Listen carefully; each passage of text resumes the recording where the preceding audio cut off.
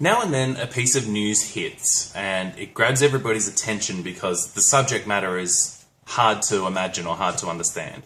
Like a few weeks ago, do you remember there was that dude who like disappeared off the grid and he survived, like made his own little tent set up in the woods, and he survived by stealing food and water and supplies from like a local campsite. Do you remember that? And it was a big news story because like he hadn't spoken to anybody in 10 years and had disappeared off the grid entirely for 30 years, and how people just couldn't imagine how someone could do that.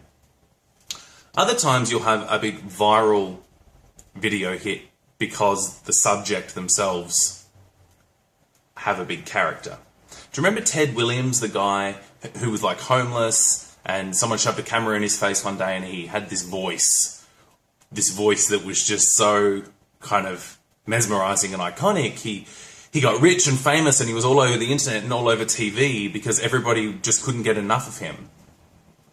And then once in a blue moon, you'll get both of those things, a big news story and a viral worthy person in one video. And that is what's just happened today, only a couple of hours ago. Charles Ramsey. Bro, I knew something was wrong when a little pretty white girl ran into a black man's arms. Something is wrong here. Dead giveaway. 10 years ago, a girl called Amanda Berry went missing, and two other girls around the same time also went missing and have been presumed dead for all this time. Can you imagine, like, for their families, grieving and mourning the loss of their daughters for 10 years? Now, all of a sudden, they're back. So this guy, essentially, he's the neighbour of the house that these girls had been kept captive for the past 10 years.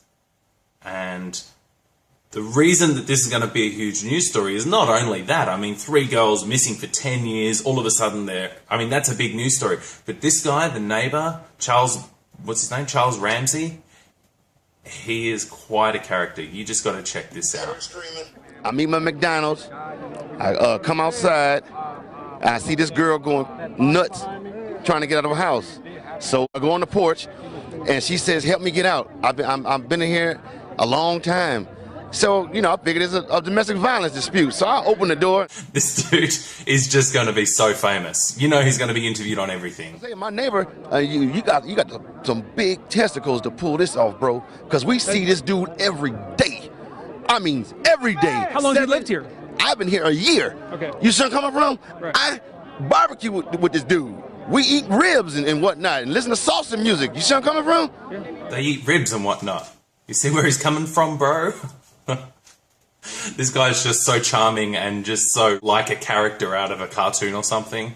Yeah.